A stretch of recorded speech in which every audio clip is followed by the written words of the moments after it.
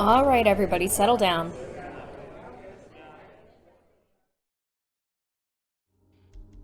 Hello, everybody, and welcome back to Second Shout Plays. This time we're playing Burn the Midnight Oil.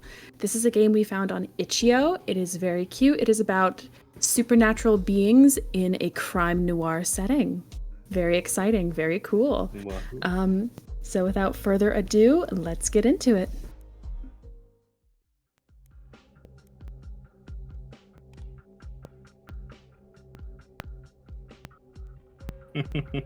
Werewolf. Occupation, I'm hot. I'm not. I'm not. I think it says I'm not. I mean, you know. Dante, stop messing with the files. Some people get paid for being hot, so I mean, it's not too far out of the realm of possibility. No. Should I be reading this personal history here? Probably. Yeah, if you want to. Several years ago, Dante struck a deal with Orion, a former friend of his mother's. Stuck in North Haven ever since, Dante unwillingly works as a cop. He spends his nights chasing criminals, waiting for the day when he'll finally have fulfilled his end of the deal. At last, Orion puts Dante on his final case. There's a suspicious new drug on the market. He wants Dante to investigate, but the roots of this problem might be even more dangerous than they thought.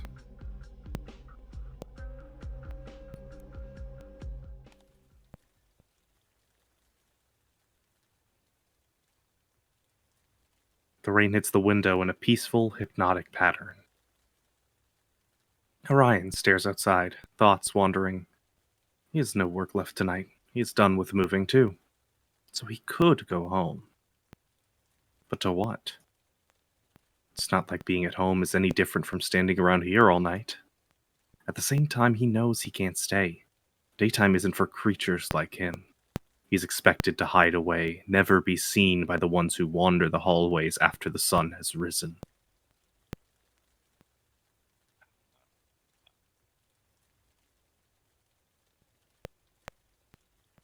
A deep sigh escapes him. He is sure that it's the rain that's making him melancholic. It has rained the day his mentor died, too. Why the deep frown? Orion feels himself twitch at the sound of someone else inside the room. Only the familiarity with their voice can ease his initial tension. He locks eyes with the woman reflected in the window. It's you. It's me. Francesca sits down on Orion's desk, giving it a pat. Were it anyone else, you would think them rude, but this is Francesca. If she suddenly behaved politely around him, he would think she was sick. They're each other's precious friends, which is more than Orion has had in a long time. New office, new furniture. It's nice. It is indeed. I was planning on inviting you over sometime. I guess you'd want to see it. But speaking of inviting you, did someone let you in? One could almost think Francesca belonged here, thanks to that natural arrogance of hers. But Orion doubts any officer would have actually let a stranger walk right into the station for no apparent reason. Not exactly. So you... Orion stops himself mid-sentence. If she wants to get somewhere, she finds a way, even if it means somehow breaking into a police station, unseen. She could have met with him outside, which she usually does, but it seems today is different. You know you shouldn't be here. I stopped by your flat, but you weren't there. What else should I have done? Still, breaking in is dangerous. I wouldn't call it breaking in. It was more like entering through unusual means. Orion is admittedly a bit curious, but he won't bother to ask how she did it. She'd refuse to tell him, just to tease him. Besides, that's not what he's focused on right now. What's much more interesting is her scent. She smells human. Are you wearing perfume of some kind? There are items like that out there, made to mask your scent, change it into something else. Rather than the price, it's finding someone who makes them that is much more complicated. Ryan doesn't understand why she would go through the trouble. Normally, she more or less smelled like a werewolf. There's no reason to hide that. Francesca smiles and looks around. Her tone is playful, as it most often is. This office suits you much better than the old one. A bit empty, though. I think it'll need some decorations. I would have brought something if I'd known you were moving. Francesca.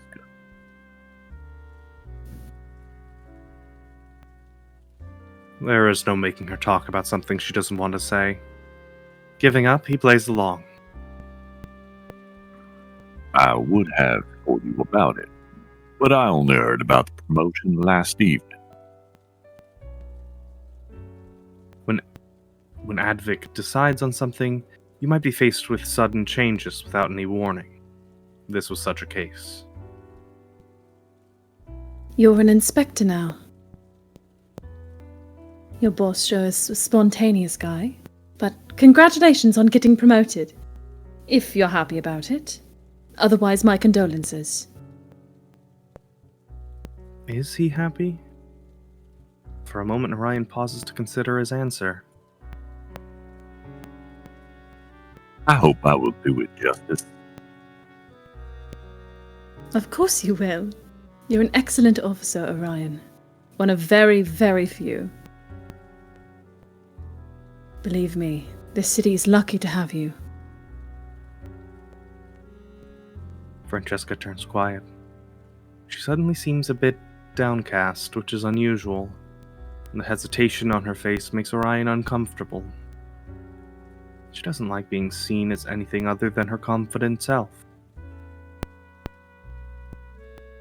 Is everything all right?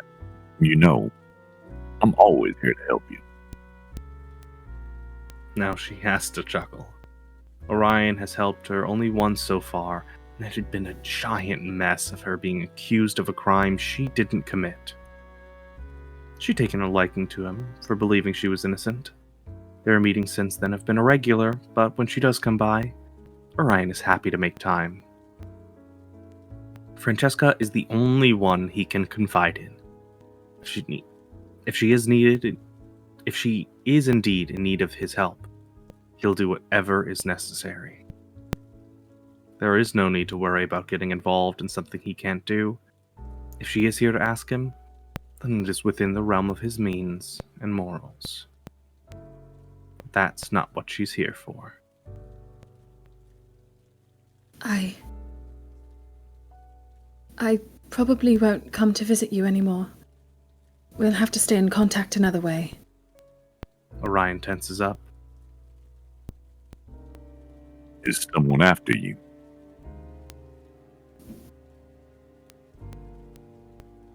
Anyone catches wind of her identity, that she isn't the werewolf she portrays herself as, but rather a hellhound, then she is in danger. It's been a while since hellhounds completely vanished, hiding away where no one could find them. Not everyone cares about finding one in the first place, but those that do are dangerous. If there is someone after her already. Oh, no, I'm safe. She playfully waves a hand, and he calms down, though he glares briefly at her. She grins, amused to have gotten a reaction out of him. But if it isn't that, then... Is this related to your husband? Your mate? Yes. She touches her belly. Orion stops himself from rushing over. Your I'm pregnant. Congratulations. Thank you. Her voice is warm and filled with love. Orion has never met her husband, but he has seen him from afar. A normal human. The relationship isn't going to be easy, but Francesca always wanted a mate and child. Her wish is finally being fulfilled. So, yes, I'll be focused on taking care of him. Makes things a bit more complicated. Him. You already know the gender. She didn't mention being pregnant the last time they met, which wasn't that long ago. Her stomach is still flat. Can't be too far along. Not officially, but I have a hunch. Francesca's instincts aren't to be underestimated, so Orion is tempted to believe her. Done. I already thought of a name. Do you want to hear it? Her excitement is infectious. Orion feels himself smile. I'd love to. Dantalian. Or Dante. That one's a bit snappier, don't you think? It's a good name. Did you come up with it together with your husband? He left the full decision to me. We want our boy to have a name that suits a hellhound, and my husband hardly has any idea what those would be. It'll be the only connection he will have to my side of the family for a long while. Her voice drops again. She sighs, visibly affected by the ups and downs of her emotions. Orion's eyebrows scrunch together. Although hellhounds and werewolves aren't the same species, they do share various canine characteristics. One of them is their pack, which is of great importance to both. Not intend to introduce him to your pack. Is there a reason to hide him? Because he's half human. Hellhounds don't care about that. Francesca closes her eyes and inhales deeply, steadying herself. He will stay here. We will stay here with the humans. My son will grow up as one. No going back to my home. At least not anytime soon. Orion goes through what he knows about hellhounds. It's not a lot. Either unconfirmed rumors he has heard of from other supernaturals, or tidbits from Francesca. As far as he knows, young hellhounds are still too weak, and worse, too unstable to protect themselves. That makes them easy targets for people who want to catch a hellhound. They'd never be safe out in the open. It'd be more secure for Francesca to take her child and husband into hiding.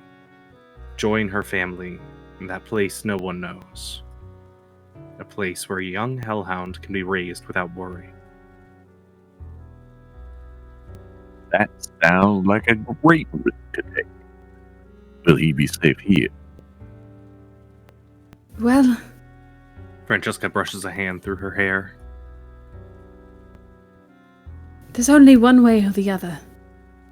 Either we join my family until our son is grown, or we stay here. My husband won't be happy in my home. It's too different. So I decided we would stay here. A hellhound's mate and child are always equal.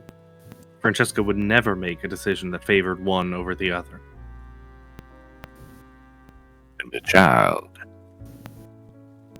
It's not as dangerous as you think, as long as we do it the right way from the start. We will be a human family. My son will be raised as a human. His father will be one, and I will be one too. Orion sniffs the air again. She still smells human. That is likely a part of the plan. He hadn't expected the perfumes to be so effective. We will completely escape the attention of anyone supernatural. As long as we do that, there's nothing to fear.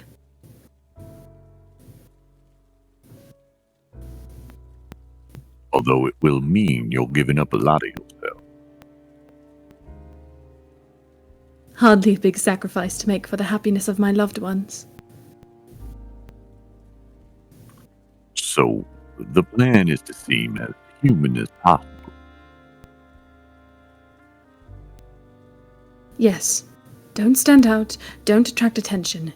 Be a normal family of humans who have no idea who is living amongst them.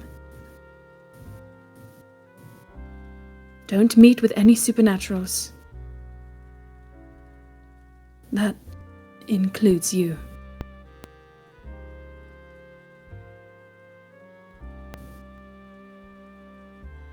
Orion chuckles into the silence that's fallen upon them. Don't look so guilty. I understand. If you regularly met up with a vampire, people would get suspicious of how you know each other. You will move away as well, I imagine. Not many people have seen me around, but we won't take the risk. I'm also going to do something about my looks, so even that if we do run into someone, I won't be recognized. A shame for my beautiful face, don't you think? Your husband is very lucky to have a wife that is willing to do so much for him and your child. Oh, don't flatter me. You'd do the same if you had a family. I would. But it doesn't matter anymore. He'd accepted that he would never have a family when he allowed himself to be changed. He'd accepted it even before that. Don't say that. You're immortal. You're too young to talk as if you'll never find love.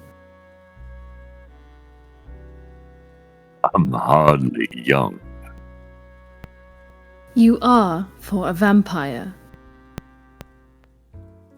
Believe me, there'll be more than enough women who will appreciate your mature charm, even as a vampire. I'm not interested in a relationship right now, let alone with a human. I said the same about humans before I met my husband. And now look at me. Fate will decide for you. Francesca falls silent once more. If you can. Yes, Considering you're technically immortal, you will outlive me easily. If needed. you call me young, but not yourself. You have several centuries ahead of you. I know, I'm just saying that if needed, and if you're not busy with your own family or anything. Could my son come to you for help when he needs it?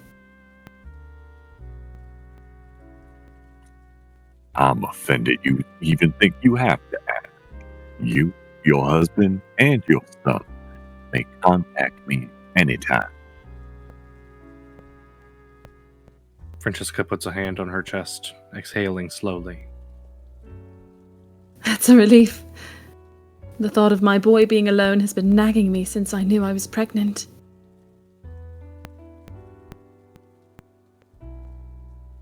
Well, be honest.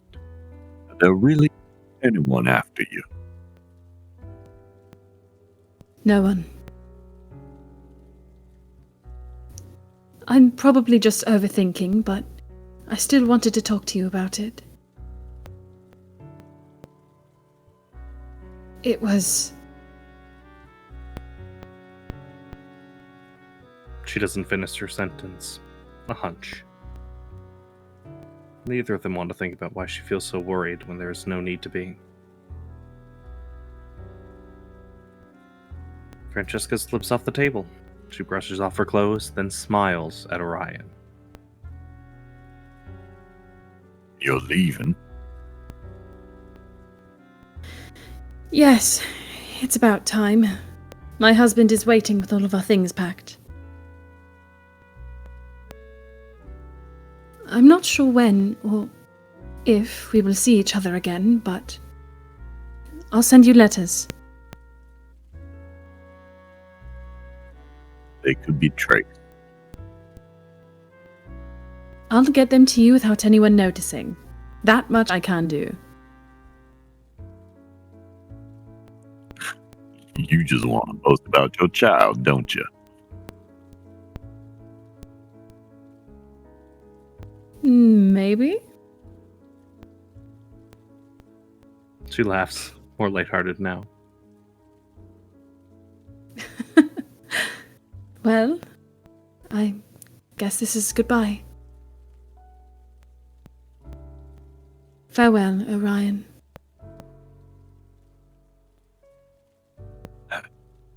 Farewell, Francesca. I wish you the best. Thank you. Orion watches her leave. The door falls shut with a sound of finality. For some reason, he has a feeling they will not meet again. Hunch. A hunch can be wrong. He prays it is. Stay safe. You and your family. The rain starts to come down harder. Orion sighs, turning away from the dreary sight. He gets ready to go home.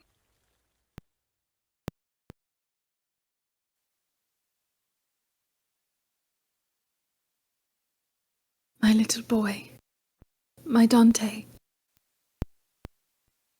Always remember, I love you.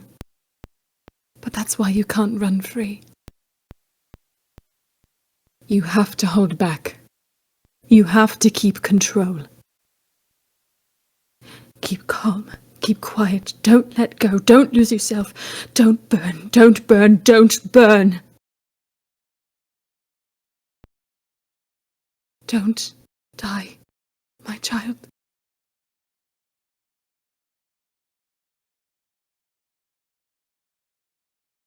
Damn it.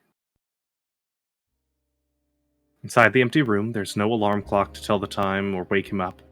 Despite that, curled up underneath the sheets, Dante opens his eyes just in time to get ready for work.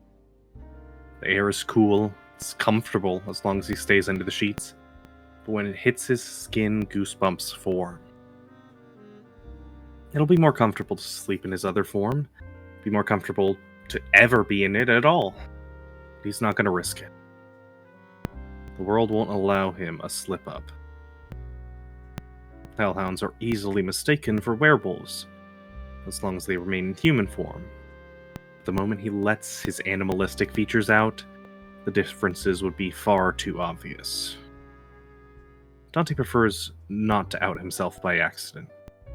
He's been sleeping like this since childhood anyway. Sitting up, Dante stretches, easing some of the tension that crept into his muscles while he slept. One of those dreams again. I didn't need to start my night like that. Sluggishly, he drags himself out of bed. Whatever. It's not a dream he's unfamiliar with. There hasn't been a single time when he enjoyed waking up to the voice of his mother. But in the end, a dream is only a dream. When the lights in the room turn on, it quickly fades. Dante rubs his eyes, blindly stumbling towards the bathroom for a shower. Getting ready for a job at night is no different from getting ready for a job during the day. Wash up, change clothes, eat breakfast, or not. If you ask Dante, it's a waste of time. Should I have everything? There's little Dante has in his room, even less he cares to bring to work. He's ready in no time. Hair still damp, he walks towards the door, but stops midway. There's footsteps. 2 pairs. Dante holds back a sigh and pulls the door open. Swings inward with no risk of hitting the child who is quickly approaching. Ah! Dante! Good evening. You opened the door before I could knock again. I told you I want to knock.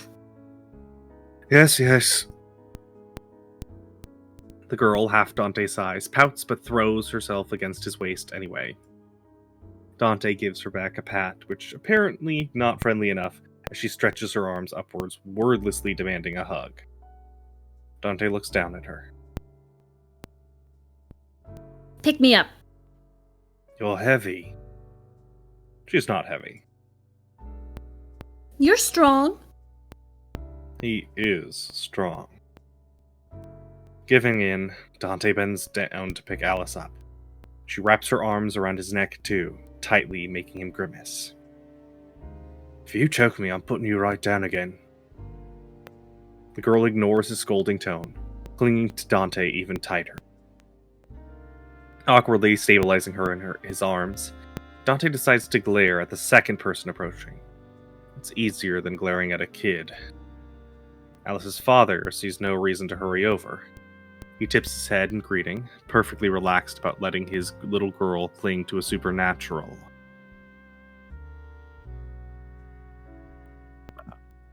Good evening. Instinct makes Dante want to return the greeting in kind. Out of spite, he doesn't. What are you doing here? And more importantly, what's she doing here? Alice allows herself to be put down. Even though there's a soft growl accompanying Dante's words, she mostly looks unimpressed. I'm not allowed to come?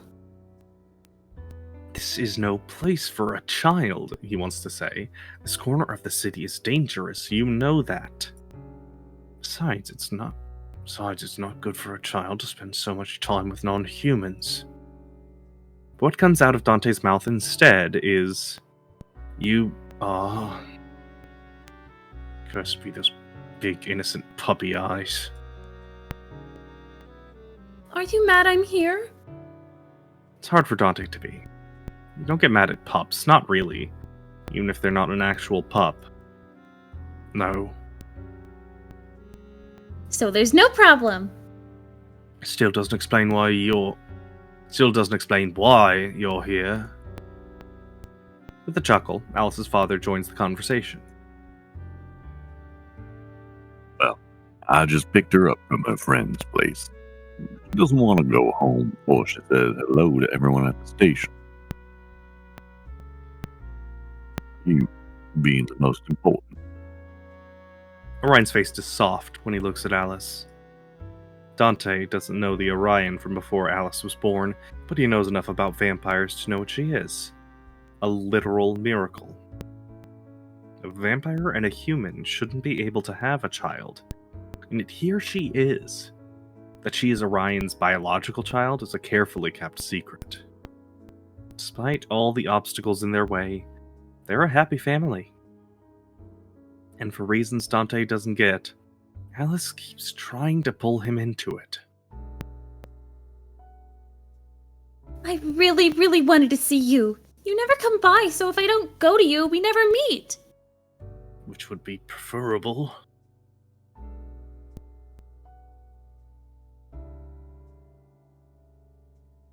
I don't agree with her visiting the office either. But you know that it's impossible to stop her from doing what she wants.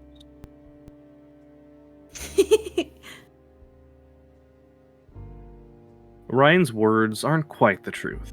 He'd never let Alice near anything that could cause her harm. It's because he's confident that the station is a safe place that he lets her visit for a couple of minutes. I'm not scared at all because everyone is so nice. Nice? Can't agree with that. Raoul aside, most of Dante's coworkers are ready and happy to start a fight the moment they're challenged. As funny as Dante thinks it is to have an entire division full of questionable personalities, he wouldn't call them nice. Everyone just acts friendly around Alice because she's a little pup. Himself included. Besides, you and Dad protect me anyways, right? I'll always protect you. Dante? Alice reaches out to grab Dante's hand. He recoils, though resistance melts away the moment he sees Alice's expression drop. We would. Alice's expression wavers for a moment, but she catches herself quickly. I knew it. Behind Alice, Orion watches them, too amused to intervene. I hate that smile. Are we leaving now, or are we going to stand around and talk forever? Orion's eyes shift away from Dante's. He touches Alice's shoulder, and the girl hums a questioning tone.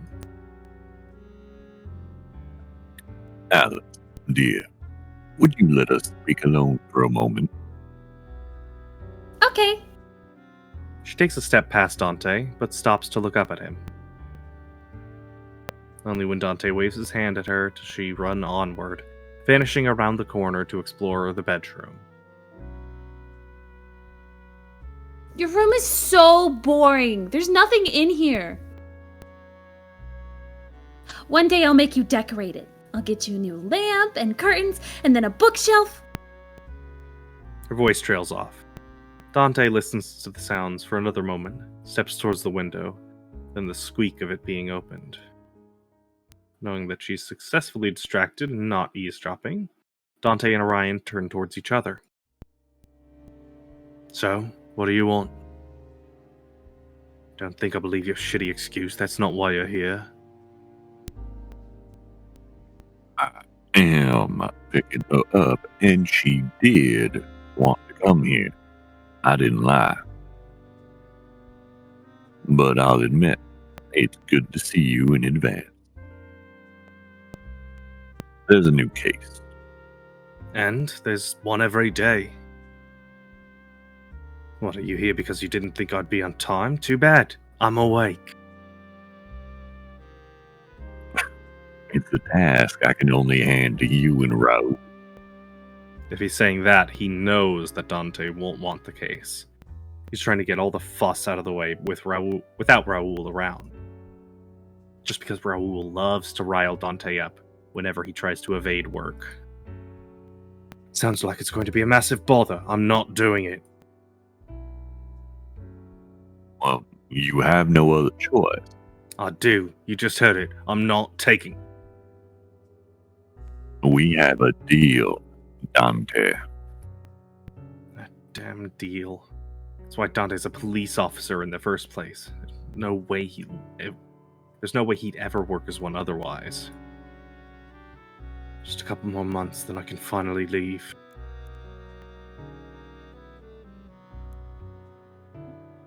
Even with the deal, I can still say no.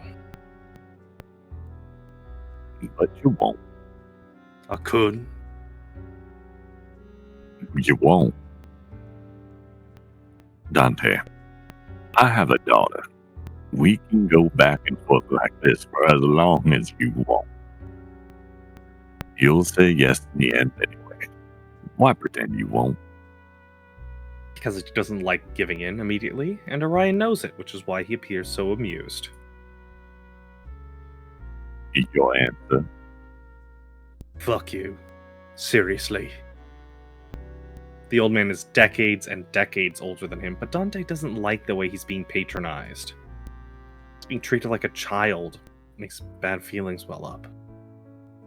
Tension creeps into his shoulders. Maybe it's because of that, but Orion softens his tone. I really do need you on this case.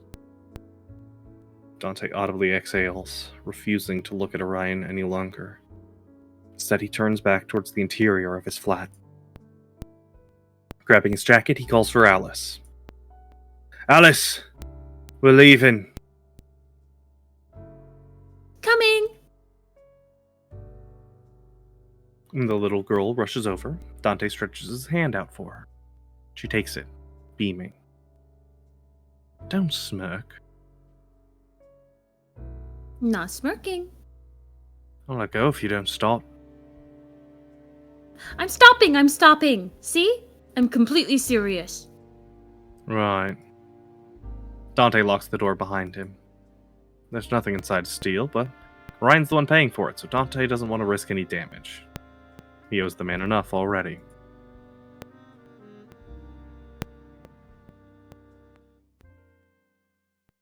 The sun went down a while ago, leaving behind darkness that Orion, as a vampire, can freely move in. Ever since Dante started working at the station, nighttime has become his new normal as well. It's an odd feeling. He's always been more comfortable wandering around in the dark, but having a regular job is completely different from sleeping and waking up whenever he pleases. That said, Alice is a human child, and the yawn slips out of her even if she tries to stifle them. Not wanting anyone to suggest for her to go home without visiting the station, she quickly speaks up. Dante, are you free this weekend? Sunday? Why? I'm going to bake cookies with Mom, and she said if you want some, you can come over. In the afternoon, though, so Dad will be inside his room. Dante doesn't have to look down at Alice to know that she's fidgeting. Not scared of hugging me, not scared of holding my hand, but scared to hear her rejection. I'll drop by. I'm not going to promise when, though. Really? If I say I come, I will. Thank you. You'll love the cookies, and you can eat dinner with us, too. We'll get a lot of meat for you. If I feel like it. Do you think you'll be there for lunch? Mom will want to know. Depends on when I get up. When will you get up? Whenever I wake up. Why do you not have an alarm clock?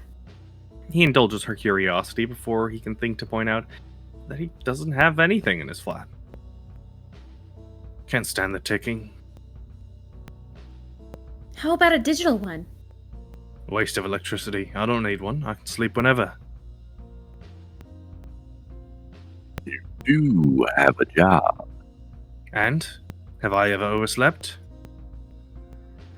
On purpose? Yes. See? I don't need a clock to be on time when I want to be. So you just go to sleep and wake up when you want? Yeah, I wish I could do that. you can, if you practice. Maybe. He's not actually sure humans can do that. So you really have no clock at all? I do have one in a drawer if I need it. Wrapped up in several layers of fabric to muffle that annoying ticking. Drives him insane. Why did you buy it if you weren't going to use it? I didn't. Your father did. The only thing Dante bought for the room were a number of pillows. Dad, why did you buy one for Dante if he wasn't going to use it?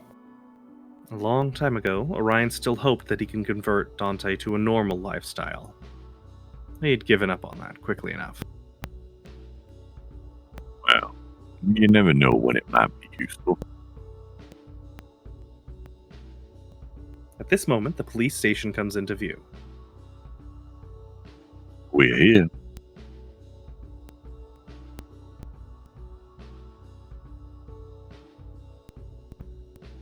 I'll quickly give Dante and Raoul their briefing for that.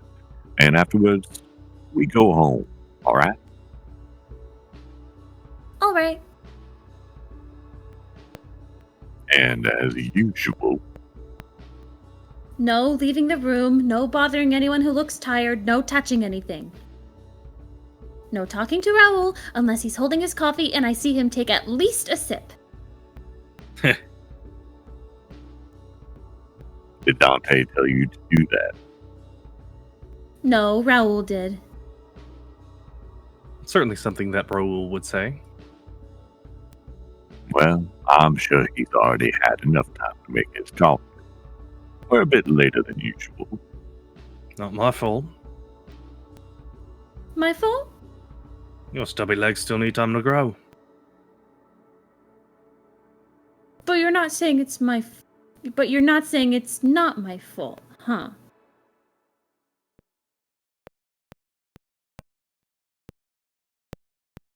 As soon as Orion opens the door, he smiles.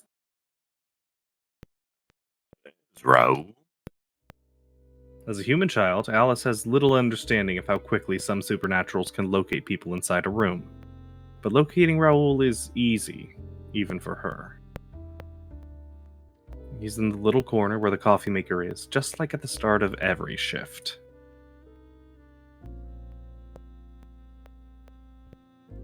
Alice runs up to him as he takes a sip from the mug.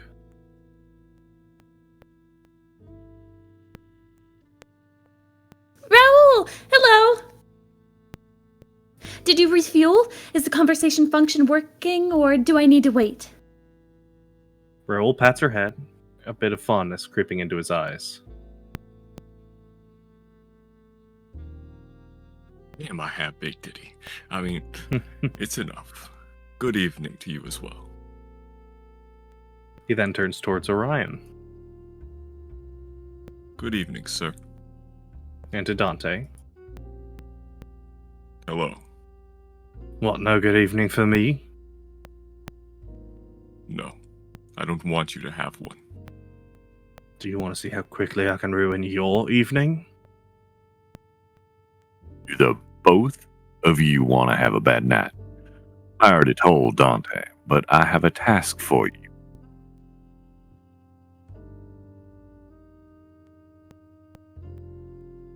Raoul takes a big gulp from his mug.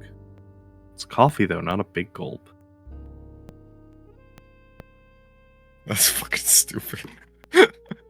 Thank you. Evening ruined. Thank you very much, sir.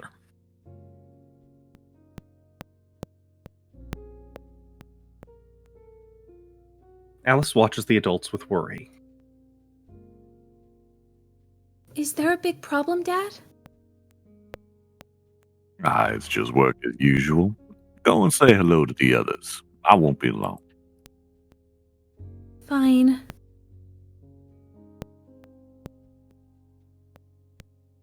Raoul sighs, leading the way to his desk. He takes the chair, side-eyeing Dante as he sits next to a neat stack of paperwork. Don't sit on my desk. Would you rather I lie down on it? Raoul looks like he's about to throw something, but holds himself back. If you like the table that much, should we get a leash for that collar of yours and chain you to it? I'm all up for games, but maybe not in public. I don't know about you, but I don't need observers. Doesn't turn me on. He watches Raoul process the last bit of conversation, words seeping much too slowly into his caffeine-deprived brain. Sir, permission to stab him.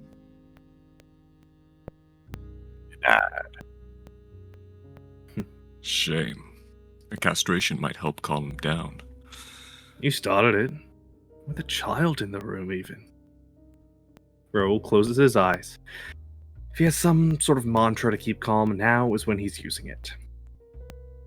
He turns to Orion, ignoring Dante completely. If there's a case, it might have been better to not bring Alice along. She looks worried. Orion joins them at the desk. I wish she was worried. Because of me and Dante, she has far too little fear of supernaturals. I guess it's positive that she accepted having a vampire father this quickly. If you do want to talk about childcare, do it when I'm not around. Gives us the terribly important briefing already.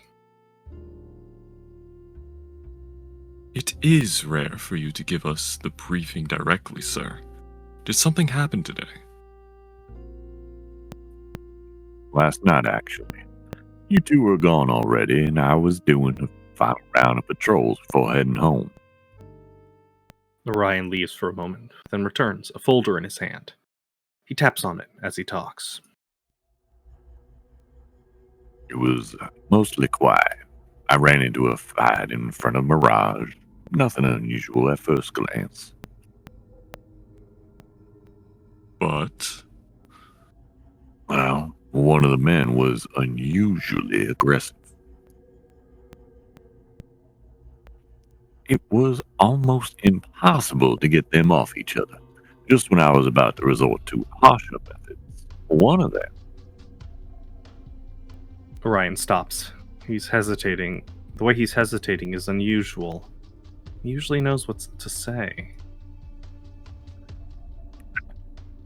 He changed. Mutated, you could call it. did you arrest him? He died. What? It escalated that far? Did you accidentally break his neck? No, he died on the spot. For 1 second of the neck, he simply fell over and stopped moving. Raoul inhales deeply. Dante has heard him curse often enough, but this time the man only glances in Alice's direction. His hands move, forming a curse in sign language. Dante knows it well enough to recognize that by now. So does Orion. Don't curse in front of her. Not even in the side. I'm not. Raoul quietly puts his hands away. Did you get hurt? Doesn't smell like blood. Shut. Be quiet, Dante. I didn't ask you. As Dante already confirmed, no. Nothing that didn't heal immediately. The problem is that we have never seen anything like that happen before. His body was in an abnormal state. Pathology. On it, but no update yet. He didn't tell us what it looks like. We're going to investigate this. Why, exactly? Do we think there's more mutants around? We do. I heard mutters of people saying this wasn't the first time they saw that happen at Summit. There has to be a cause. So what are we looking for in people? Visually, I mean. Even a smell, if you have one. I'd love to tell you, but it's hard to explain. There was no unusual smell to speak of, and the other changes were. Ah, you'll know what I'm talking about when you see it. Great. Nothing has happened since yesterday, but anything that might catch the attention of humans has to be solved as soon as possible. There's not just one, but several governmental institutions related to keeping humans oblivious of the existence of supernaturals. A rampaging mutant would make that considerably harder. That is to say, if they don't solve this case as quickly as possible, it might put human eyes on their backs, and then... No way in hell I'm going to deal with Abraxas running around here. So, take care of it before he catches wind of the issue. I need you to check all the clubs around Mirage. Talk to anyone suspicious. Watch anyone who stands out. You know your work. Orion places the folder on the table. Raoul immediately pulls it over to himself and skims its contents. But it's so thin that he's done in no time. So why do we have to take this shitty case? Reason number one. You might have to talk to humans. And Raoul is one of the few people in the night shift who passes as a decent police officer. Are you trying to say I don't look reliable in human eyes? You know exactly what I'm trying to say.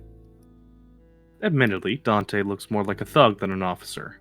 Raoul is very helpful when it comes to convincing humans that his badge isn't fake.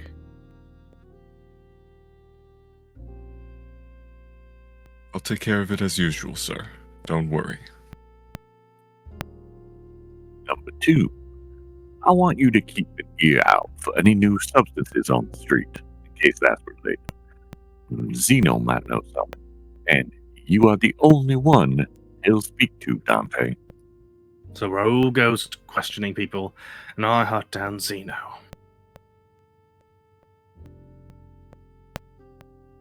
You're not getting out of the boring tasks, Dante. Raoul is your partner, so don't even think about going off on your own. He's there to keep an eye on you.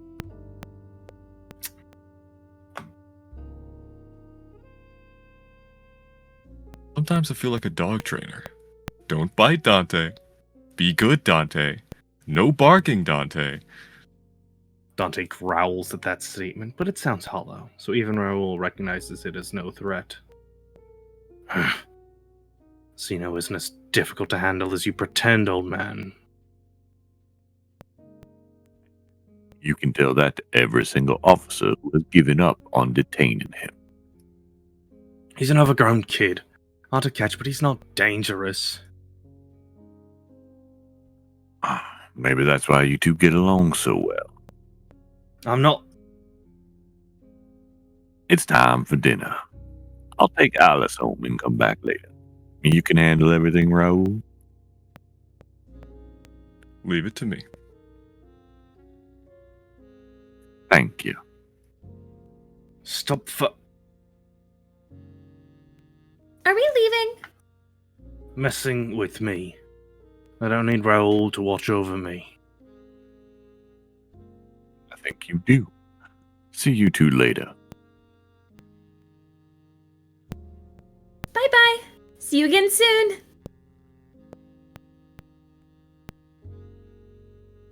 No cursing in front of the kid, right? Growing up with Orion made her weird. You could just say you like her. Raoul finishes coffee and puts the mug on the table. He stands up, smoothing out the creases of his suit. Do you need to do anything else here? Otherwise, I suggest we go. There's a lot to check out.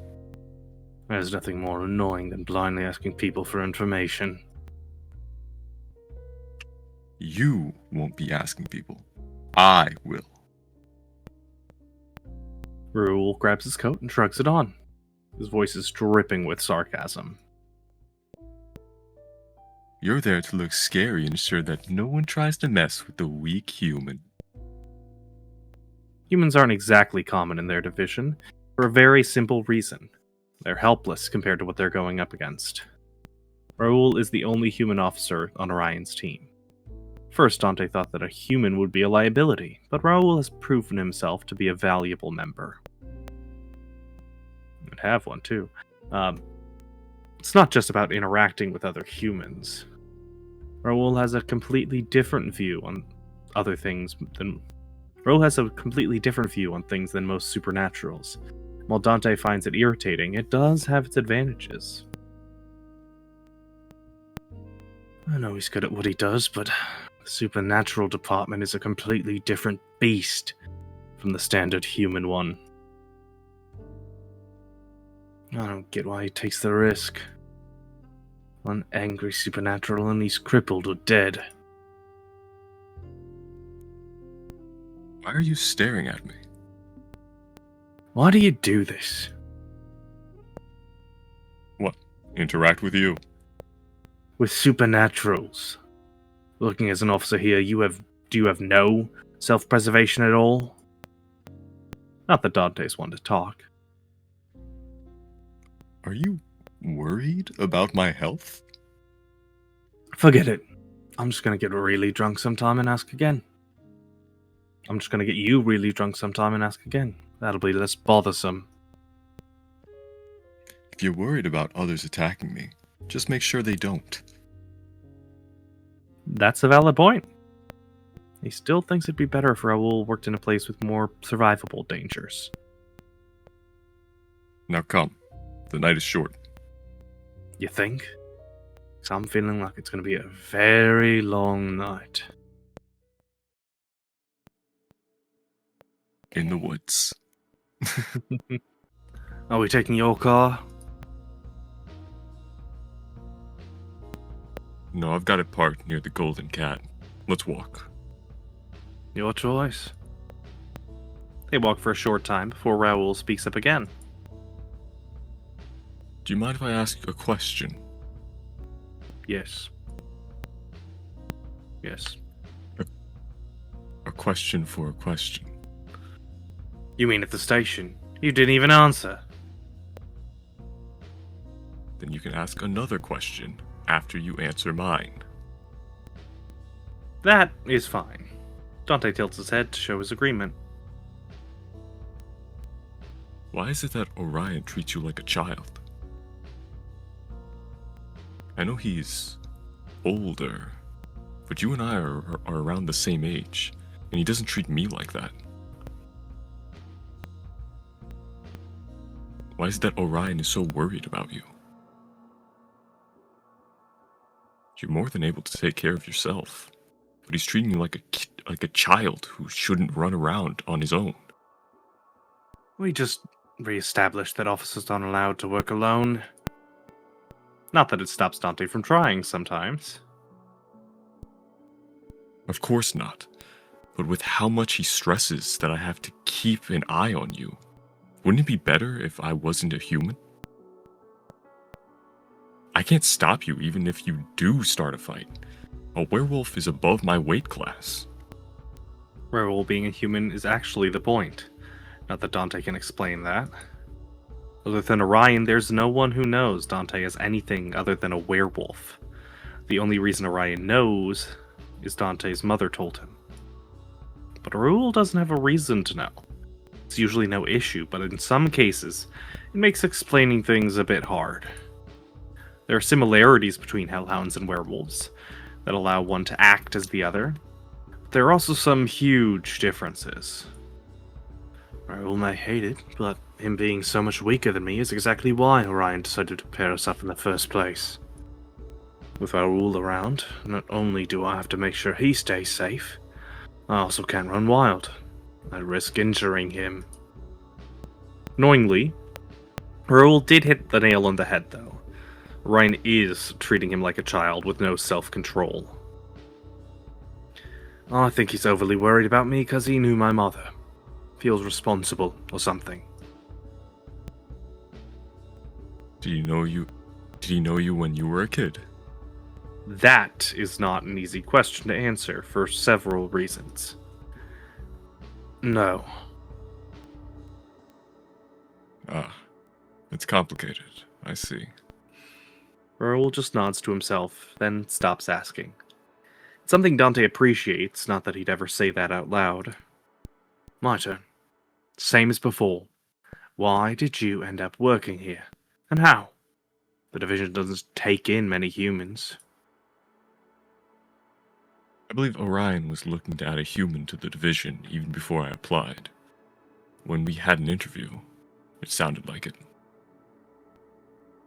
It probably also helped that I was able to use my family name. Previous connections with supernaturals do make it easier for you to get hired. There's that too. You're rich, and you obviously have connections. So why spend every night on the beat for barely anything? It's not a bad workplace. Everyone is polite, and Orion is a good superior. Seriously. You haven't worked another job yet, have you? He hasn't, so it's true that he can't compare Orion to someone else. If he put us on this case, he believes that we are the right people for it. Aren't you the slightest bit proud of that? No. That's a shame. You should be. Why? He's just using me. Raoul was partnered with Dante as soon as he joined the force, but they know little about each other. It's hard to ask about someone else when you yourself are unwilling to talk. Not that Dante isn't curious. If I've got the chance right now anyway. Where'd you work before joining our division? Another question? I'll owe you one. Other police stations for humans. And you switched over to supernatural cases on purpose. You don't stop, do you? It bothers me. It makes no sense. I want an answer or it'll annoy me the whole night. It isn't as interesting as you think. I like working with supernaturals. None of you care about who I am, which is a blessing. Let me get this straight. People were sucking up to you before you're rich with an influential family. And you didn't like that. I don't need you to understand. But try to believe me when I say it's really damn annoying when people think you're doing good work because of your name and not because you've been working your ass off for it. Raoul inhales and straightens his collar. It sounds like there are many stories he could tell about his previous job. I prefer to be judged for my own abilities, not those of my parents and siblings. Huh. Alright, that's something I can get. You can? Sounds nice to have people do your bidding without needing to work for it. But if you do work, you should get the recognition and no one else. Dante shrugs, sliding his hands into his pockets. Still, think you're stupid for putting yourself in danger, though. I guess I can be rather stubborn. But I've survived so far. Yes, because I make sure that no one mauls you to death. As we've established before, that's why you're my partner. You're doing a good job.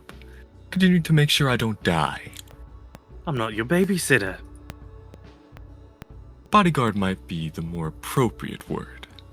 Raoul's mouth twitches into a little smile that he's quick to hide. Although I doubt anyone could convince you to wear a suit. Or anything formal at all. Raoul's eyes move over Dante. Which is a bit of a shame. I'll have to reject your job offer. I'm stuck at the station for another while. Certainly stuck for tonight, at least. The first place of interest is over there. Let's get this over with.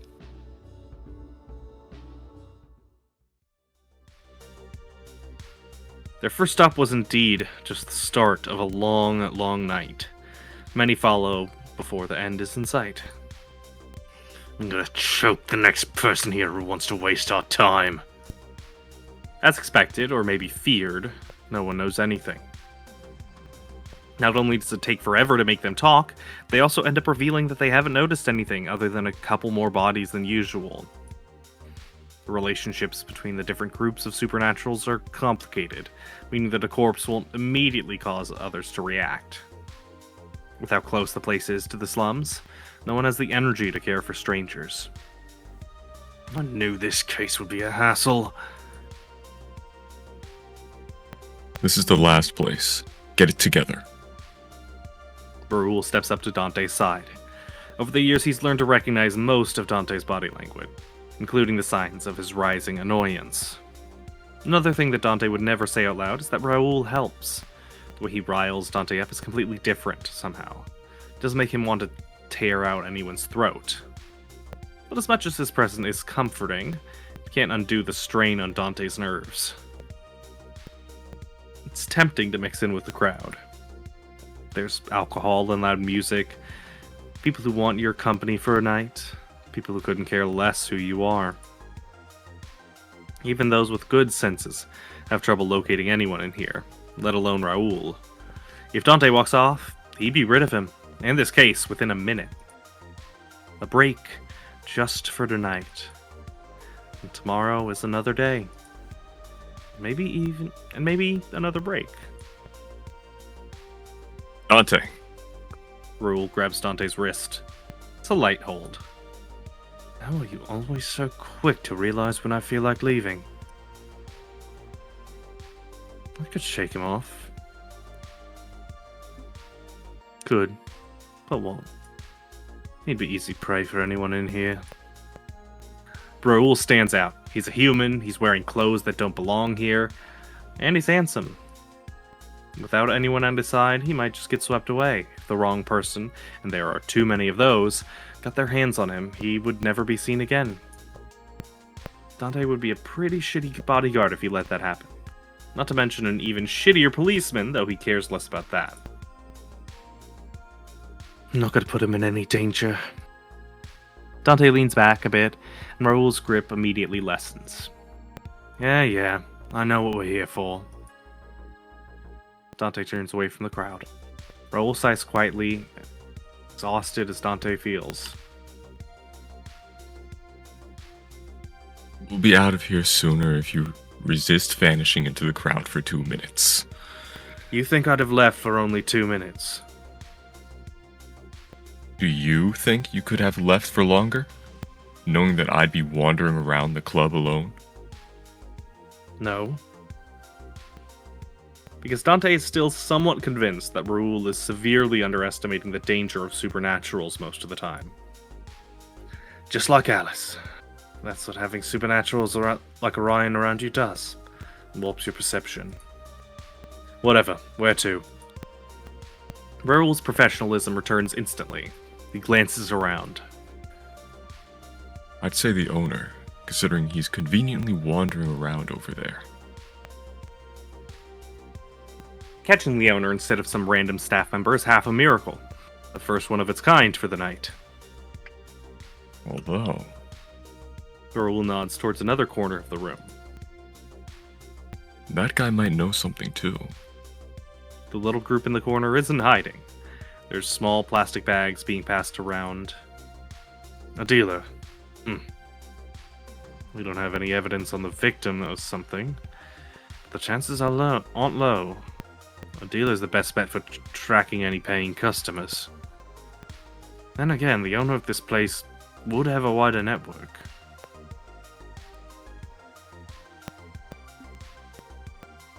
I think the dealer might know more. Raoul waves his hand, gesturing for Dante to go first. It's easier to walk through the crowd with Dante in front. He parts neatly, no one wanting to bump into a face as grumpy as his. The group's made of one dealer and several customers. They react to someone approaching like a pack of startled squirrels, their heads jerking up as they go quiet. Humans technically aren't allowed inside Mirage, though exceptions are made when they're accompanied by a supernatural. Raoul draws the majority of suspicious stares when he steps forward.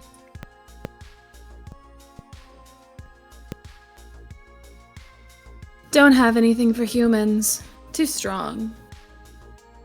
The dealer rudely turns away. She's doing a poor job of pretending she's not on edge. Terribly sorry. Not here to buy any. No. Everyone stay. We've got questions. Terribly sorry. We don't like questions. You also don't like the police cracking down on your deals, do you? Police don't care about us.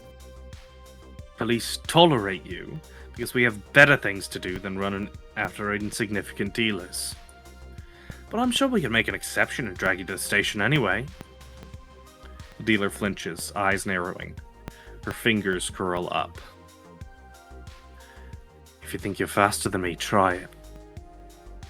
The dealer is a witch. She definitely has tricks up her sleeve, but she needs time to pull them. How about you talk and no one here gets in any trouble? Doesn't that sound good? The three customers who have been slowly inching away freeze when Raoul looks at them. Forced, awkward smiles appear on their faces. It'll be over quick, I promise. Why do we need to stay? Dante takes a step, positioning himself just slightly behind Raoul. It has a funny effect on the others. They all think Dante's a werewolf, so him letting Raoul lead the conversation feels like an acknowledgement of his strength, even if he is only human. That has all of them lowering their heads meekly, though their eyes can't hide their dislike. Because you might know something as well. We are looking for information on people who've suddenly grown agitated and attacked others, then died without warning. Ah, those. Do you know something? Not know, but seen.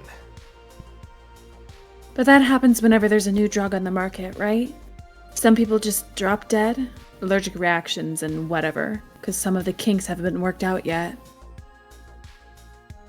Maybe the kinks make you a bit weird in this case, too. Happens everywhere, all the time. Oh, not here. Not since Zeno's been taking over the work. Zeno, huh? I'll have to come back to that. So you're sure it's a drug that's causing this behavior? No, but seems likely, right? Was everyone who acted like this... Was everyone who acted like that a user? Maybe not all, but most of them? It's harder to tell who's taking it than who's buying it. Wouldn't be the first time someone slipped something. The dealer clears her throat, changing her words. I mean, they could have not known they were taking something. Raoul nods, then hones in, focusing only on the dealer. He shifts, clearly hating the attention. If you're saying it's normal for a new drug to cause problems, does that mean you have some... Does that mean that you have seen something new going around? Did someone offer you something? Well, no. But you'd think that's what happened, right? So nothing was offered to you, and you haven't seen a fellow dealer carrying anything unusual either. If I see a fellow dealer at work, I'm in the wrong corner of town. We run the same products, and we even have the same damn prices. Cartel rules and all that. I didn't see anything. Seen the deaths, yes, but no new pills or powders or whatever. When did the last one come out? 3 months ago? Pretty sure it was 3, yeah. Zeno's work? Who else's? Look, we're not the healthiest people, but anyone would choose a drug that doesn't kill you over one that does. Zeno's reliable. Yeah, so it can't be anything from Zeno. He's never brought out anything that had side effects this bad. Yeah. Death sure is a potential side effect. Then, have any new sources appeared lately? What? No. Why piss off the cartel? Nobody's going to improve any of Zeno's recipes. And if you try to get something of your own out, without running it by the higher-ups first? The dealer moves a finger across her throat. The message is clear enough. You think they're nice enough to give you a quick death? A woman can hope. I see. Last 2 questions before we leave. Raoul glances at Dante, who gives a small nod to confirm there's nothing else he wants to ask. Have you seen Zeno around? Why would we sell out Zeno to the police? We're not after him. I'm a friend. A police friend who doesn't even know... No, that actually makes sense. You totally could be friends because it's Zeno. Zeno is Zeno. Weird guy. Great drugs. Great drugs. Not like you can catch him even if you find him. A wizard that talented doesn't just wander around. I saw him out on the rooftops before I came in. He might still be up there somewhere. Okay. Have you seen anything else that stood out to you? No, nothing else. There's a new witch in town? Really cute. And that museum blew up. Oh yeah, that happened. The SSF's been snooping around because of it. That's noteworthy, not for the case, but because it sounds like some fun gossip. Dante stores that information in the back of his head. I like that one SSF guy, the vamp. You seen him before? Really? You're into him? I mean, he's got a cool style.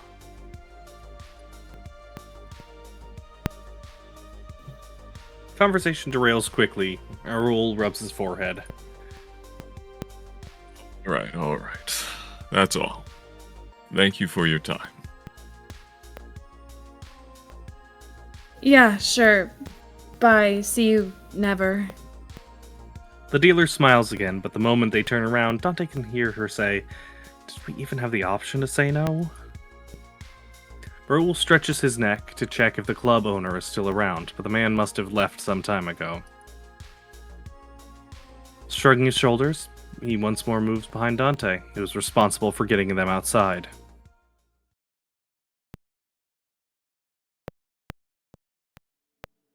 Back where there's fresh air and people can talk without shouting, they pause. The chances of someone trying to put out a new product. Not low, I'd say. There's plenty of willing customers. As long as they could get their product into the dealer's hands, they wouldn't stand out. A foreign designer could seriously anger the cartel. Might be worth whatever they're trying to do.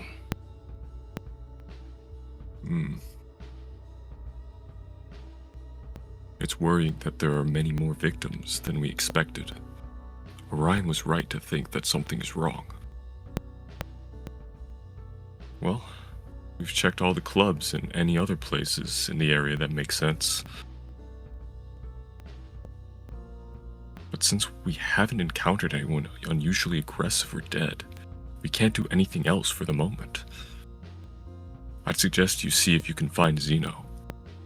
He's not going to reveal himself if I'm with you, so meet me at the Golden Cat when you're done. I won't try for very long. Better than nothing. In the meantime, I'll inform some people to keep an eye out for any unknown drug dealers. See you later. Raoul doesn't wait for Dante to start complaining, leaving before he can get a single word in. How the fuck am I supposed to find that guy? Dante shoves his hands into his pockets, walking down the street. His best chance of running into Zeno is doing exactly that. Just walking around, waiting for Zeno to show himself. If he's not asleep, who knows where? He's working at his lab, that's also who knows where. And if he's not working, he's relaxing on some rooftop.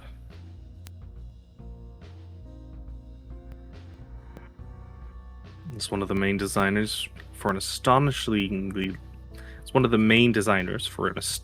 large circle of cities. Zeno should be a more dangerous guy, but even the police aren't after him anymore. There's been so many attempts to capture and keep him, but he always slips out. Not to mention that there'd be someone worse filling his position if he's gone. Most of the time, Zeno is friendly. He minds his own business, and he doesn't pick fights. He's not a direct threat to others. Even a child would be safe around him. As long as you can make sure he doesn't feed them anything weird.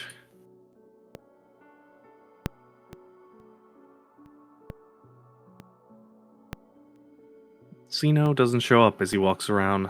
Dante's patience reaches its limits and he stops. Fuck this, I'm leaving.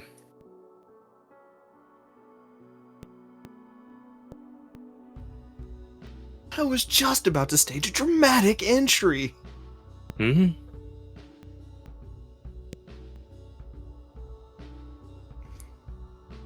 I've almost got the timing figured out, and now you've ruined all my work. Zeno, there you are. Zeno sitting on top of a roof, but his voice carries as clearly as if he were standing right next to Dante. Here I am. You've been looking for me. I have. Come down. Zeno doesn't even consider it. No way. We must stay apart, for I never know when you might turn on me, taking advantage of me, letting my guard down to arrest me. Have I ever even tried to arrest you? This whole time that we've known each other. No. So I'm not going to start now. Come down. Don't want to. I feel like our current distance is fitting.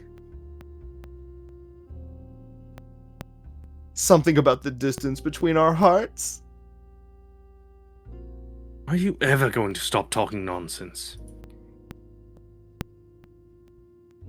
Zeno grabs his chest in a dramatic gesture. A cop and a criminal can't be friends.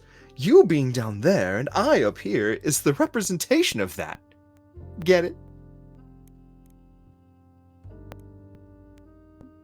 Ignore that for a minute. I have to talk to you. I understand. That's why we're talking. Face to face. We are. From far away. Is there any good reason to talk like this? You're a cop and I'm a... Good reason. I think that's a good reason. You're wasting magic, just so we can talk. It's worth it to talk to you. I want to hit him so bad. But even if Zeno was right in front of him, he shouldn't do that. All other reasons aside, Zeno isn't exactly sturdy. It would have to be more of an affectionate pat. What kind of stupid thing do I have to say to lure him down? Even if we have to be apart, we should just work on overcoming the obstacles and... Okay, now, enough. Zeno! Yes? Get your ass down here, or I'm coming up. Zeno claps his hands together.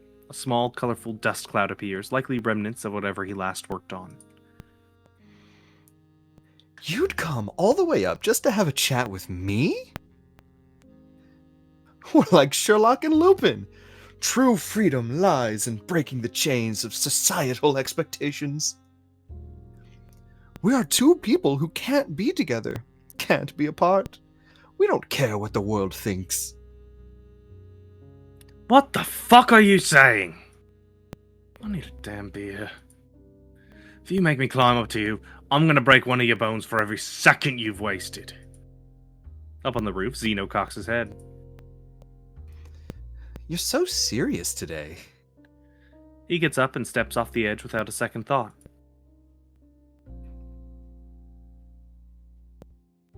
Zeno's body appears from above, hanging upside down, bouncing slightly as he stops right in front of Dante.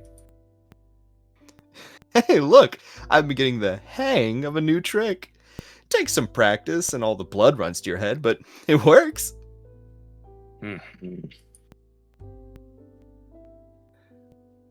Without comment, Dante grabs Zeno by the waist and turns him around midair. Zeno squeaks like a toy, but doesn't struggle. I could snap him in half just by accident. Finding himself the right way up again, the wizard stops hovering and places his feet on the ground. What's wrong? Usually you'll play along for a bit. I'm not falling for the sad puppy facade. Not today. Not twice today when Alice already got me earlier. I'm still working. I have to talk to you. No time for games? No time or energy.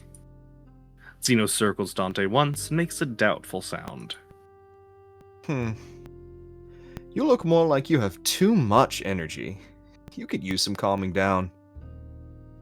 Want something? I've got some stuff with me. Not right now. All right, but if you change your mind, I've got a personal stash. I'll give you only the best.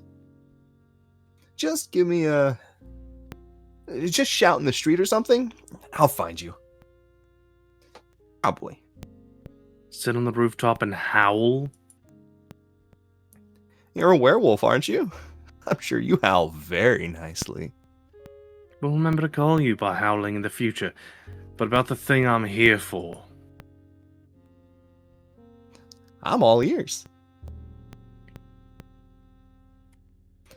Actually, I'm working on a spell that gives you a flying ear. Not an actual ear, I think.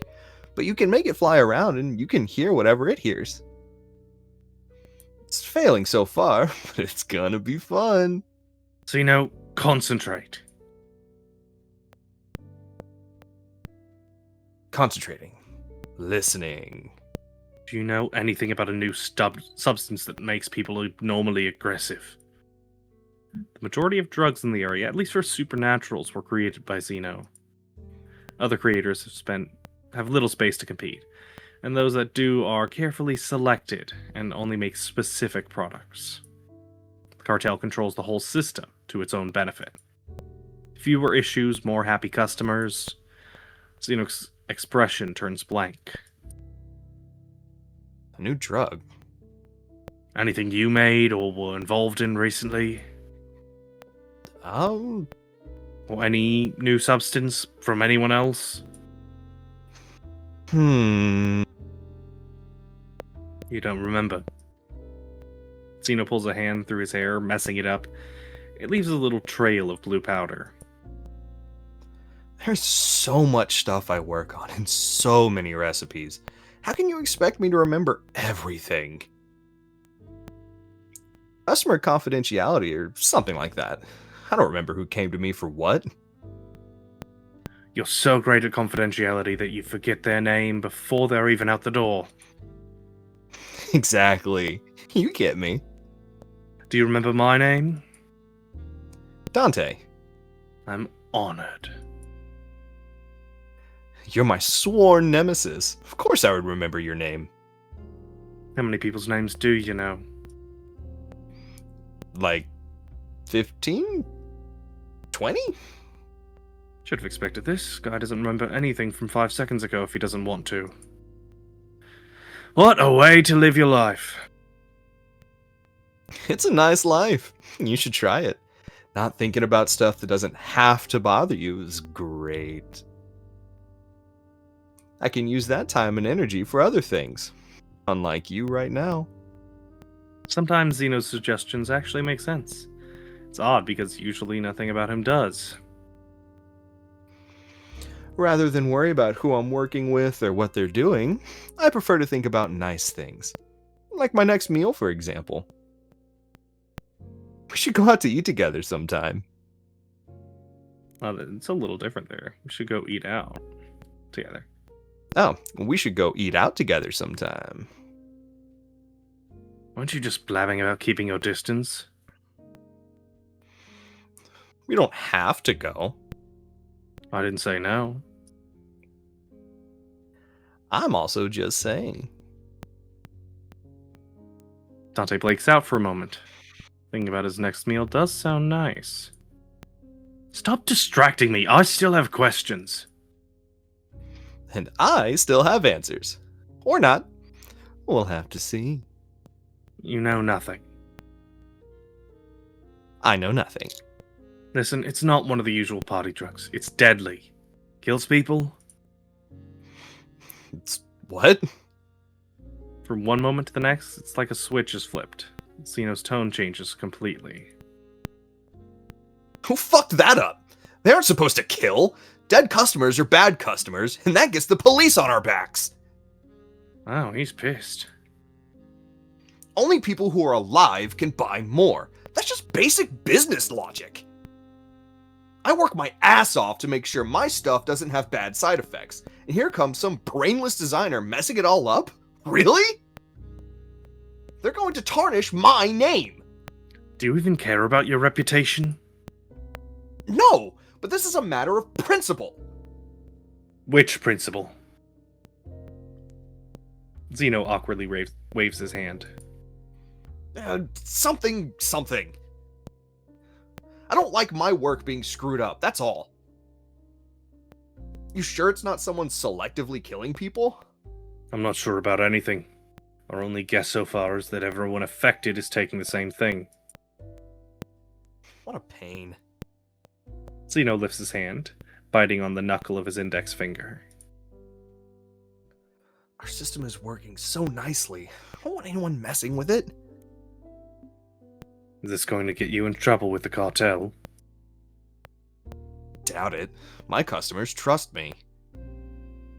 But, depending on who is doing stuff and what exactly they're doing, the situation might escalate. And if it escalates, I'll lose my peace. I like my peace. We're working on avoiding that outcome. Thanks. Zeno's smile returns. He turns on his heel and walks a few steps, waving at Dante. Well, doesn't matter what it is. You're gonna find out who's messing with my customers' customers, right? I have no choice. Then I'll do the same. I'm sure we can fix the problem together. Dante, see you again soon. Next time, let's have something to show for this case. Zeno does a little hop that lands him in midair again, quickly taking him up to another roof where he vanishes out of sight. You say that, but you're not going to remember, are you?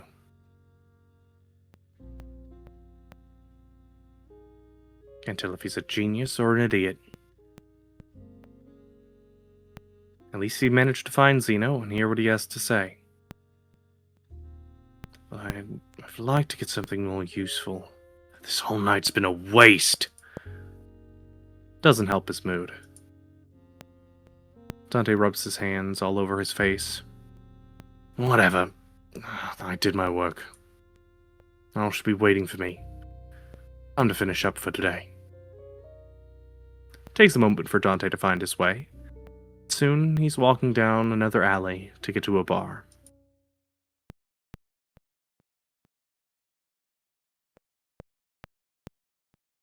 With the night ending, people are starting to return home. If they have one.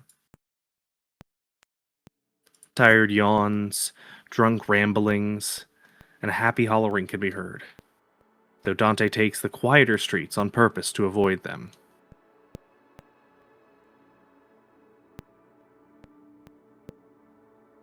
It always helps, but only so much. Even the back alleys have other people in them. Dante quickens his pace, listening despite himself for any surly remarks or angry, slurred muttering. He'd never have been the type to ignore rowdy drunks. They didn't ignore him either, which had been a blessing, at least until Orion caught on.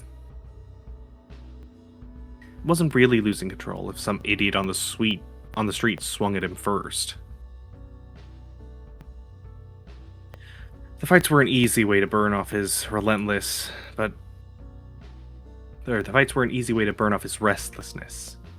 But when he first started working as a cop, Orion had hardly left his side at night. He used to drag Dante away from the busier streets, repeating over and over like a broken record, a very annoying one, for Dante to just ignore them. And he's right, drunks don't make for challenging fights anyway. They're a waste of his time. He's good at it by now. Ignoring them, not jumping at every chance. That doesn't mean he doesn't want a fight. Damn vampire. I should see if he'll fight me again soon.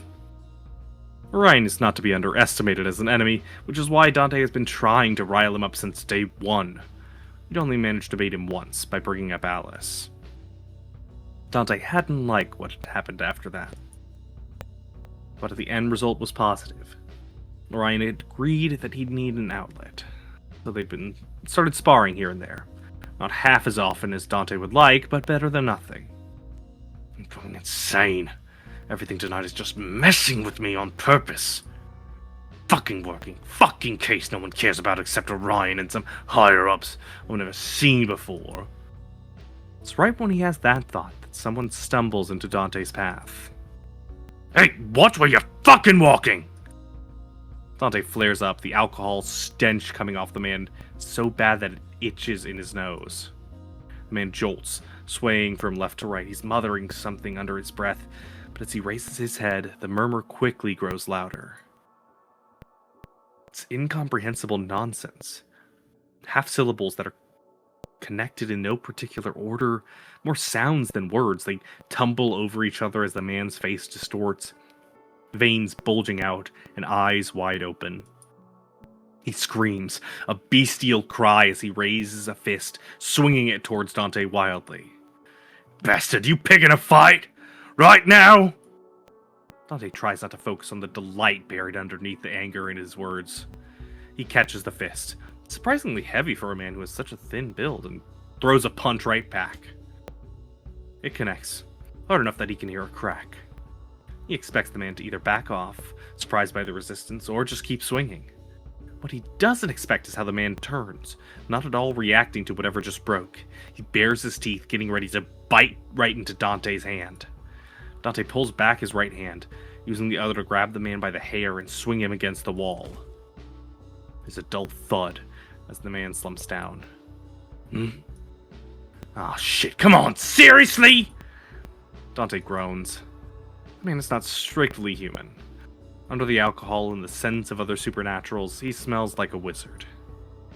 Sadly, him being a wizard doesn't exactly fix his human frailty. As Dante strains his ears, he can't hear him breathing anymore. Shit. The desire to ignore the situation is strong. He's just killed a man, and that's going to become a giant mess. The guilt doesn't quite settle in. There's too many other emotions taking up all the space. But he knows that Orion wouldn't leave. Neither would Raoul. He's neither of them. But he won't be able to look them in the eye if he doesn't take care of this. Dante kneels in front of the body, quickly checking the man's situation. The impact against the wall was not bad enough to kill a person. The punch before that was worse, and even that appeared to have only broken the man's nose, doing no further damage. No, the man shouldn't be dead, but here he is. Oh, what the fuck? Throws a punch at me first, then he has the audacity to die in front of me. Son of a bitch! Wait. Dante squints at the corpse. Aggression followed by sudden death. No way, could it be? Dante reaches out to touch the man again when... Dante whips his head around, staring down the street. Seconds pass, but what he first thought was the sound of a single isolated step doesn't return. This night can't get any weirder. He sighs, returning to face the corpse. He doesn't get to focus on it. This time it's not an unknown sound, it's a voice, almost right next to his ear. Wasting no time to think, Dante throws himself in the opposite direction, scrambling to his feet, distancing himself from whoever has managed to approach him without even audibly breathing. There was no smell to warn him of the stranger's presence. They smelled like nothing. They're just suddenly there, looking at the dead person and then turning their attention towards Dante. He knows the stranger's looking at him without seeing his eyes. Ice seeps through his veins, an almost physical sensation as it steals his breath away. When the hooded figure straightens, their clothes rustle. That's the only sound around them. This person is... The odd clothes he's wearing don't belong to North Haven or even this country. He stands out, not in a good or bad way. It's the same way you'd notice an adult among children. There's something overpowering about him, to the point that it feels like a single flick of the stranger's finger could end a life. His sheer presence is enough to make Dante freeze up in terror. Shit, even just his gaze is terrifying. Part of Dante wants to run away, or at the very least lower his head and not be noticed. Another part of him thinks differently. How fascinating. I've never met anyone like this. He doesn't like to bow down. Not even when he's intimidated as he is right now. The difference of Different sides of him pull in opposite directions, ultimately rendering him completely motionless. Fight. Until the hierarchy is established, there is no surrender. A hellhound does not lower their head to someone who does not earn their submission. Submit. Because fight is not necessary. This person, being a creature, is far above him. It's stupid not to understand this, and accepting another strength is not shameful. His human side, Quiet Tail, now chimes in. When you see someone scary, isn't it better to run?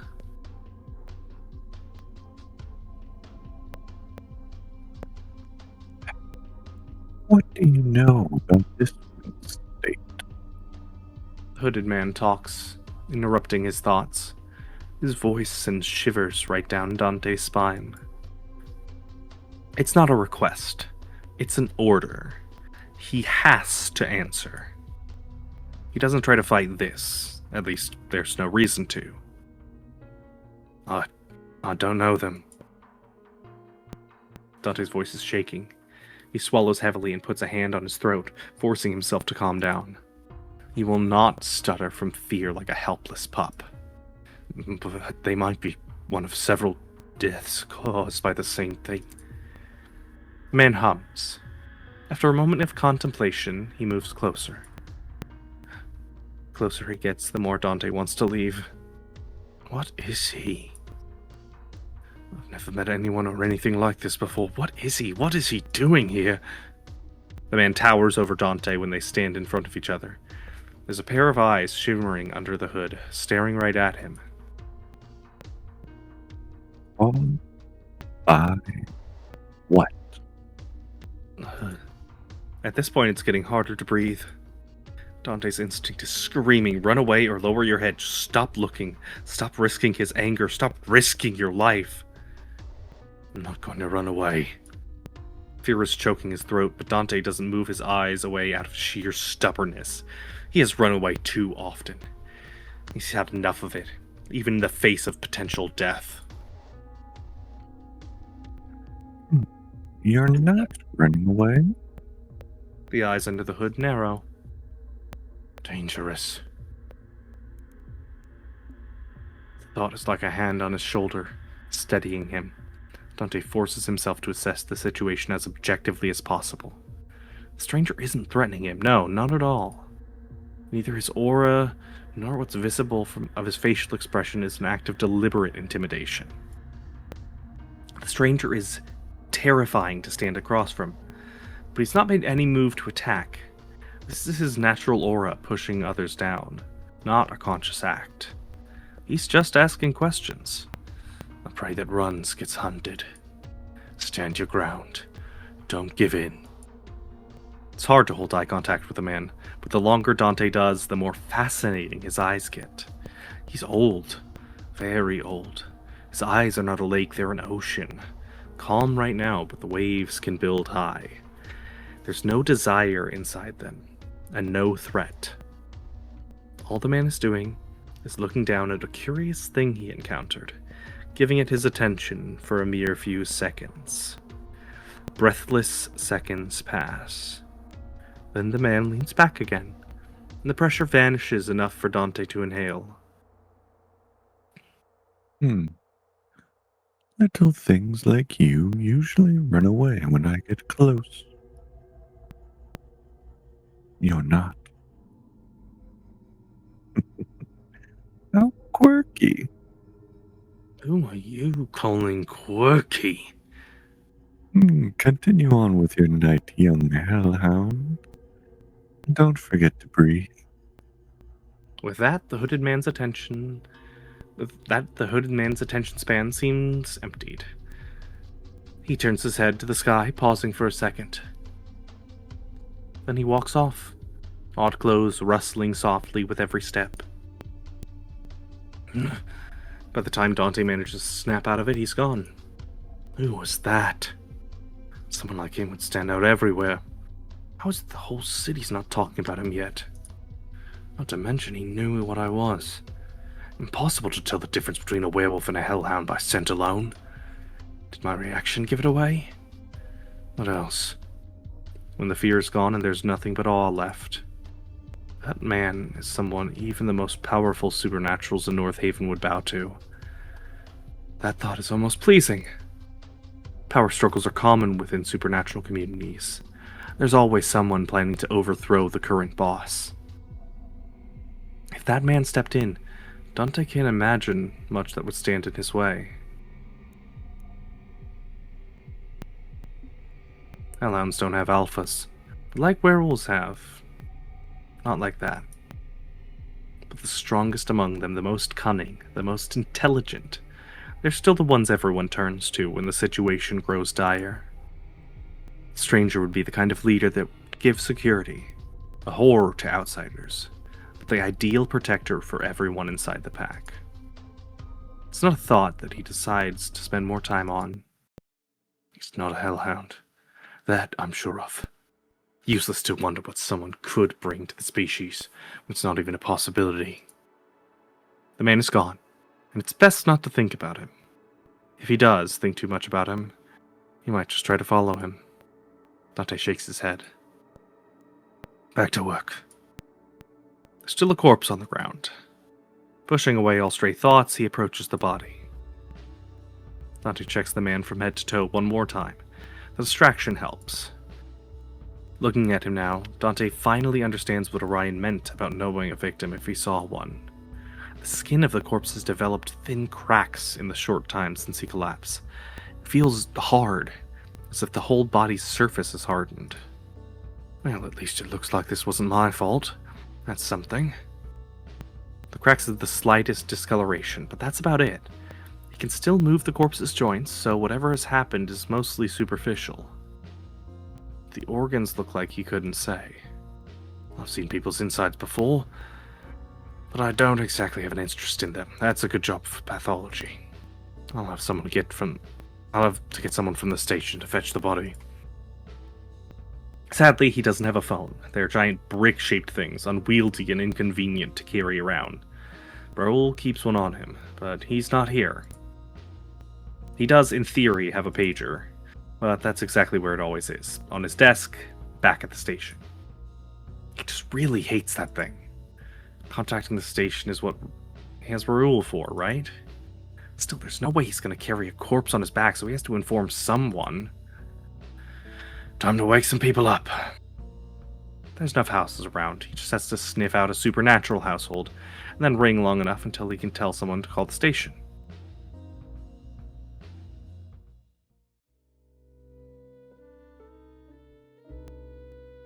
This is our good endpoint here, Kyle. Yep. Perfect. All right. And there we have it. Hope you enjoyed Burn the Midnight Oil. This was a fun one. I'd certainly enjoyed it. I hope everyone else did. I'm unsure if we'll come back to this, but if we do, I'd be cool with it. But yeah. I would be too. That seems fun.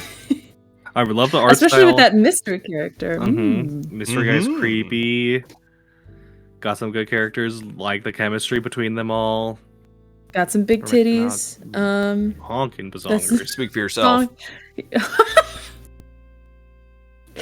Anyways, that's gonna do it for us for tonight. Thank you so much for watching, and we'll see you all next time. Good night.